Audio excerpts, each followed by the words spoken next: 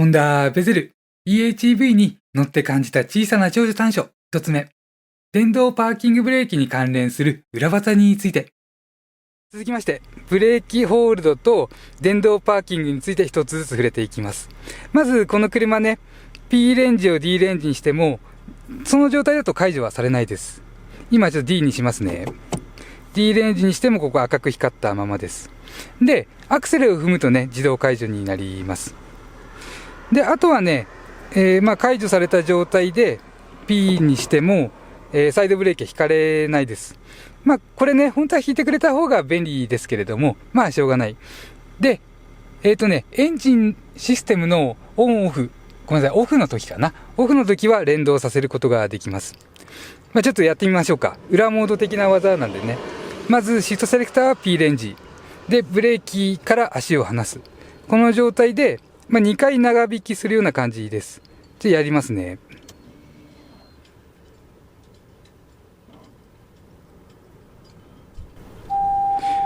音が鳴りました。1回離してもう1回。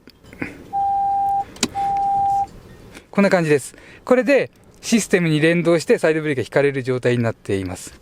じゃあちょっとこれで下ろしてシステム切ってみますね。切ります。今ウィーンってね、巻き取る音がしてここ光りました。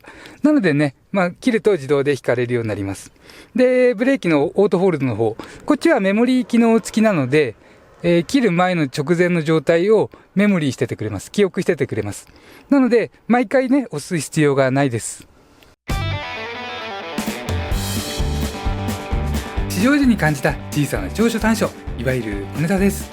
今回は2024年マイナー後のベゼルハイブリッド。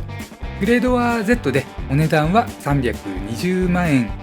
乗ってみると内装の質感高くて気配り効いてるねって感じる点が多い車でした。それでは良いも悪いもミックスしての15箇所純不動で始めていきます。では2つ目、相変わらずやっぱりいいよねって思える動作に合わせて色を変えてくれるエアコン操作部について。エアコンの温度調整に応じてここ光ります。まず冷たい方向に回します。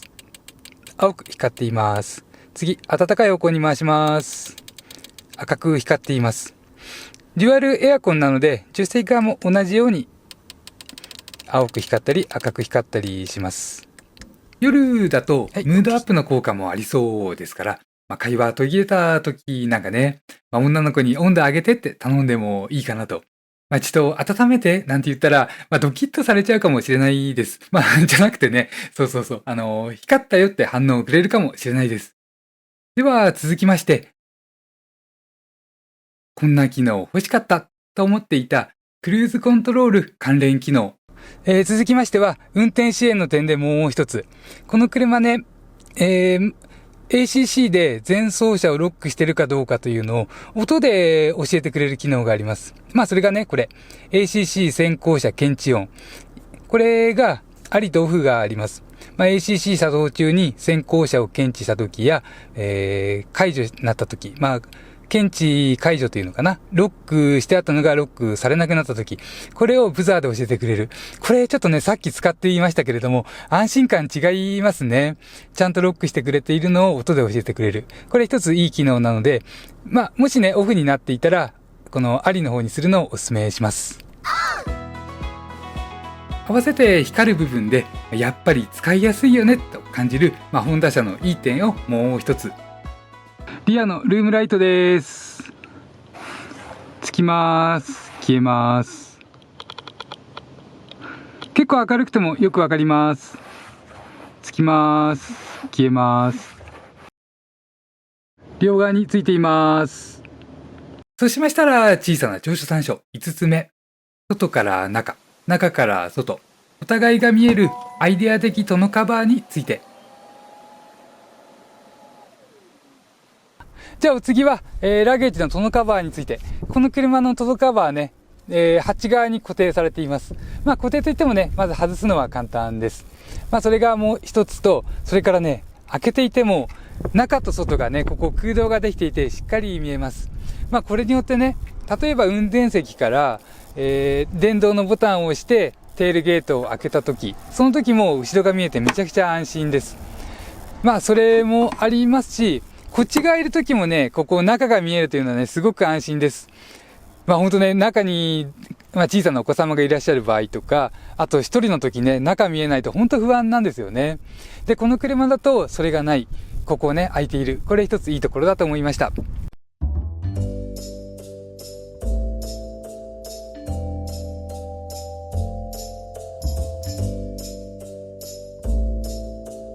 お次は、ホンダ車でありがたい、選択できる車線逸脱抑制機能。セズルでも異常でした。続きましては、運転支援の、レーンキープ、もしくはレーン逸脱アラートに関する設定が、ホンダの車ね、すごくいいので、ちょっとやっています。まずね、ナビモニターの方から車両設定と押します。ここで運転支援システム設定で、路外逸脱抑制システム。これがね、ホンダの車全般的にそうなんですけども、4段階あるんですよね。早め、標準、遅め、警報のみ。で、遅めとか警報のみにしますと、ハンドルに邪魔をね、してこないです。邪魔というのが、思い通りに走らせるのが運転の楽しいところ。で、その楽しみをスポイルしちゃうものでもあるのでね、安全とのトレードオフなんですけれども、自分の場合ですと遅めにしとくと邪魔と感じることがないです。で、早めと標準はね、介入が結構してきて、車線の中央に車を留めておくようにハンドルに介入がしてくる。ただ、そうね、遅めでも、普段はね、邪魔をせず。で、本当に危ない時はアシストしてくれるはずですから、これね、すごくいいです。なんでいいかというと、そうね、トヨタとかね、オンオフしかできなかったりもします。で、このホンダのシステムね、4段階から調整できる。これを他のメーカーもね、取り入れてほしいので、自分ね、毎回言っています。それぐらいね、これ必須だと思います。好みとかもね、ありますしね。みんなね、こうなってほしい。ということで取り上げさせていただきました。続きましては、必要な時にさっと押せる全方位モニターのスイッチについて。続きましては、360度モニターのスイッチと、ここの映り方につきまして。まず、スイッチは、すごくね、使いやすい位置にあります。ここ。ほんとね、ハンドルから手を離さず、中指でも中指じゃないときついかな。中指でポン、ポン、ポンとね、押せるようなところにあります。もうこれめちゃくちゃいいですね。で、あとね、ちょっとこっちの映り方見てみましょうか。上からと、フロントカメラかな、こっちがね。で、これを押すと拡大もできます。あとこんな感じかな。ちょっと、もう一回いきますね。これで、こうすると拡大ができる。で、もう一回押すと、車の両サイドをですね、車の陰に小さなお子様がいないかとか、空き缶とかね、なんかないかって見るのにこれが適しています。こっちやってみましょうか。もうすごくよくわかりますね。見た目はちょっとね、笑っちゃいますけれども、安全確認はね、すごくよくできる。ごめんなさい。じゃあついでにちょっとバックモニター映してみましょうか。バック入れますね。バックはこんな感じです。ちょっと押してみますね。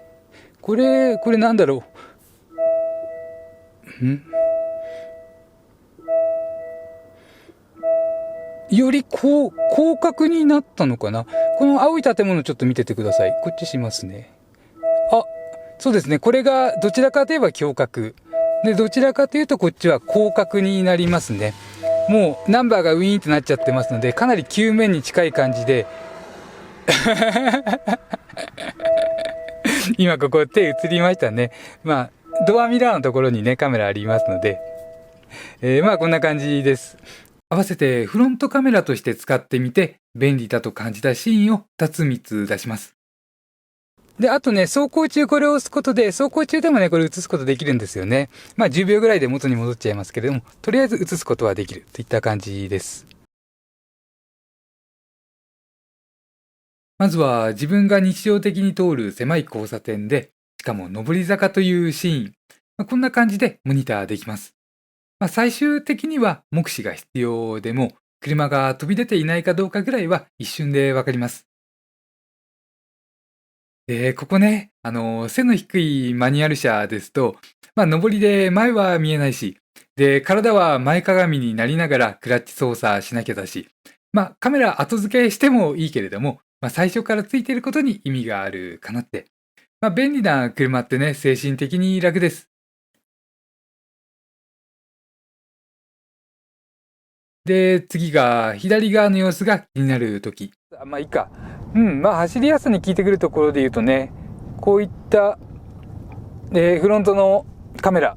これがこのワイパーレバーの先端にスイッチがあって、それからコーナーで、この道幅をね、どれくらい使って走ってるか気になったとき、こんなときにもカメラが生きてきます。いけた。って感じでね、これちょっとね、左側、右側、うまくライン通りながら、そうね、この、ブッシュコントロールして走るのがすごく楽しいね。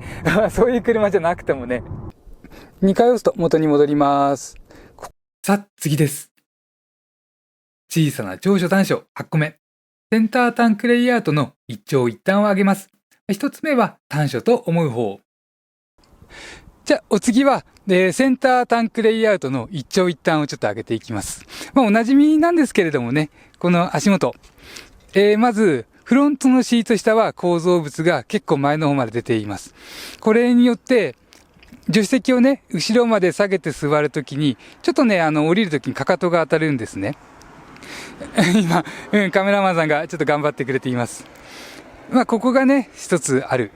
続いて、長所と思う方。で、その代わりにリアシートが乗り降りしやすいといったメリットにつながりますので、次ちょっとね、リアシートを映してみます。で、リアシートね。リアシートは足元ね、もう完全に開けています。チップアップできるからいいのではなくて、そこが空いているから乗り降りがしやすい。これがね、すごく大きなメリットです。チップアップっていうのはね、そんなにしょっちゅう使うわけではないと思うんですよね。日常でリアシート使うとしたら、これによる、このかかとの位置が自由に動かせる。これによって乗り降りしやすい。このメリットの方がね、よっぽどいいなと思います。関連して、リアシートを跳ね上げる機構、通称チップアップ。定番ですが、取り上げないわけにはいかないので、軽く映像を出します。ワンタッチで持ち上げられて、力はあまりいらないです。すごく簡単にね、持ち上げて、足元ね、背の高いものとか置くのに適したスペースが出来上がるといった次第です。そうしましたら、続きまして、ステアリング周り。まずは、3本スポークが良いよねっていう話です。で、あと、このベゼルはね、これはね、ちゃんと3本スポークのタイプになっています。で、こう立体感あってね。で、これ何がいいかと言いますと、ちょっと回していいかな。ハンドル回しますね。こういった時に、どっちが上かがね、すごくわかりやすい。もう直感的にね。特に駐車場とかで大きくぐるぐる回す時なんかにすごく役立ちます。ちょうどね、このホンダのこれなんでわざわざ取り上げてるかというと、N-BOX とかフィットが2本スポークになってまして、一長一短というより3本にメリットを感じるから、2本もね、例えば攻めるような走り方をして、深いコーナーで180度ハンドルを回した時、そんな時でもメーターがね、チラ見できるというメリットはありました。でも、それを望むユーザーが、どれほどいるのかと。そう考えるとね、やっぱりね、古くは2本、3本、4本ってありまして、で、それが3本が圧倒的主流になったわけですよね。で、そこには、ちゃんと理由があるはずです。合わせて、柔らかい革の質感と、マイナーチェンジで変わったシフトパネル周りを出します。そうね、オーソドックスな形になって、立派さありますよね。光り物がビカッと入ってる。この光沢パネルに、この、ステンレス調ですかね。磨き込まれたような金属が入っていて、このあたりもう本当立派です。シフトセレクターにもね、アルミかな。ホンダの革ね、一番、本革といっても一番硬いと感じたのが WRV で、それがウレタンと本革の中間ぐらい。で、あと、フリードの、本革も、ちょっと硬かったですし、ね、フィット系の上級グレードと、このベゼルは、この革がね、すごい滑らかで、日本車で革って言ったらこれだよねっていう感じの革の肌触りをしています。次は、軽く閉まるドアと、スムーズに引けるドアハンドル。これ収録し忘れちゃったのですが、これ省いたらベゼル様に申し訳なさすぎるので、口頭でいきます。すいません、これね、すごくいいところだったんで撮りたかったんですけれどもね。で、場所はフロントのドア。ハンドルを引くとき、もうね、軽くスムーズでかかりを感じません。これがね、当たり前のようで、意外とそうでもないです。そしてドアを閉めるとき、常識的な範囲で軽く閉まってくれます。で、この両方がね、スムーズ。軽くスムーズにスッと引けて、スッと閉まってくれる。こうした部分ね、わかりやすく例えてみると、例えば適当ですけれども、例えば、ヤリスとレクサス LBX の関係。実際わかんないですけど、イメージ的にね、そんな感じです。で、こういったところがね、走る前から期待高まるポイントで、この車乗ってみたいねって思いますし、ここだけでもね、その車が丁寧な仕上げというのを、丁寧な仕立てというのを連想します。小さな長所短所13個目。ベゼルのバックチャイムとウインカー音です。バックチャイムを鳴らします。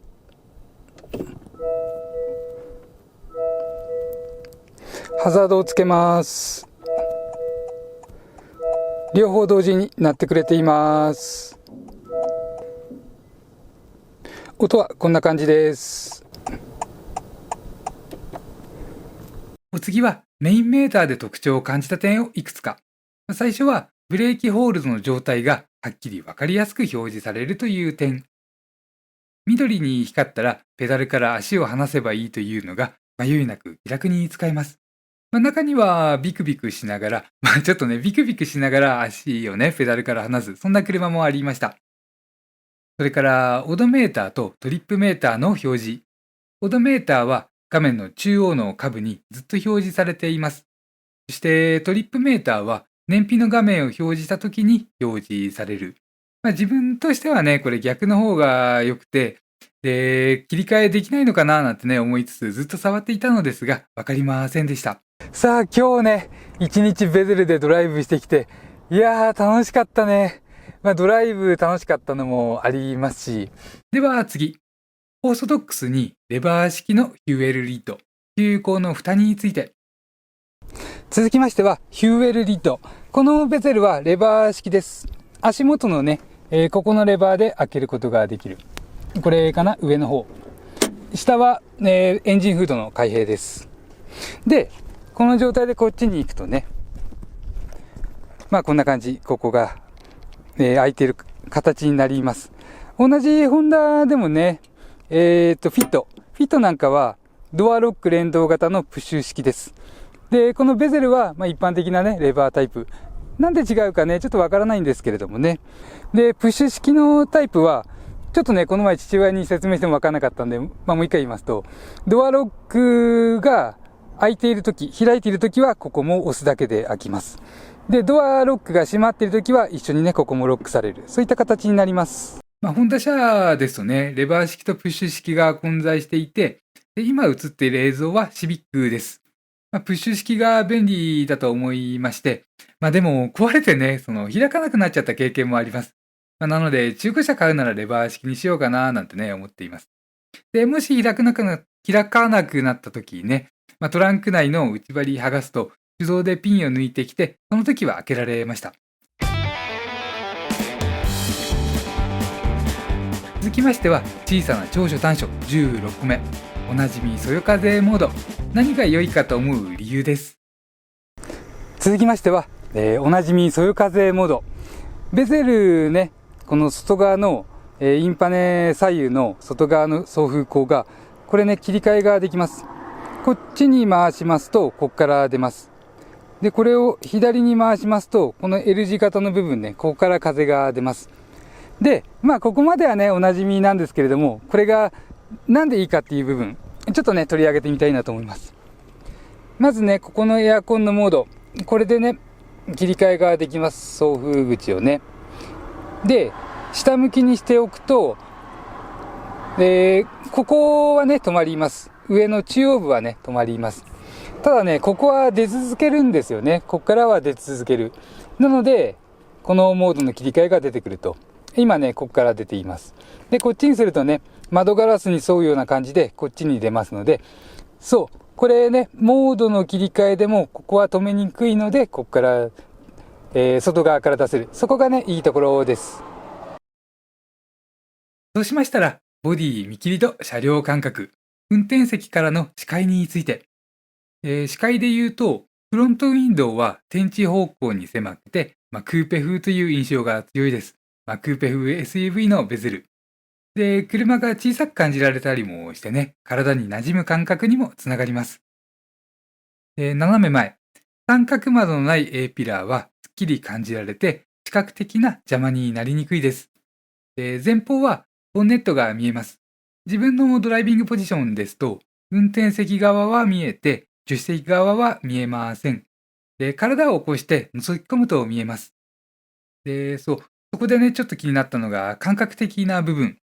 見た感じね、ボンネットは中央が盛り上がって外側が低く、運転席からの視界ではそう見える時もありますけれども、実際はね、これが逆です。で、こうしたこともあって、左側の車両間隔は、乗りにくいってほどではないですけれども、明確には分かりにくかったといった感じでした。で、あと、ルームミラー。このルームミラーが、いわゆるフレームレスタイプです。縁が狭いのかな。で、すっきりしていて、知的ですし、このフロントウィンドウの小さなベゼルですから、よりね、より良さを感じられました。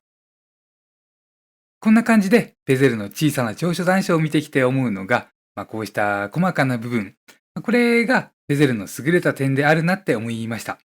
それは同じホンダの ZRV や WRV と比較して、日本車に期待したい気配りっていうのかな。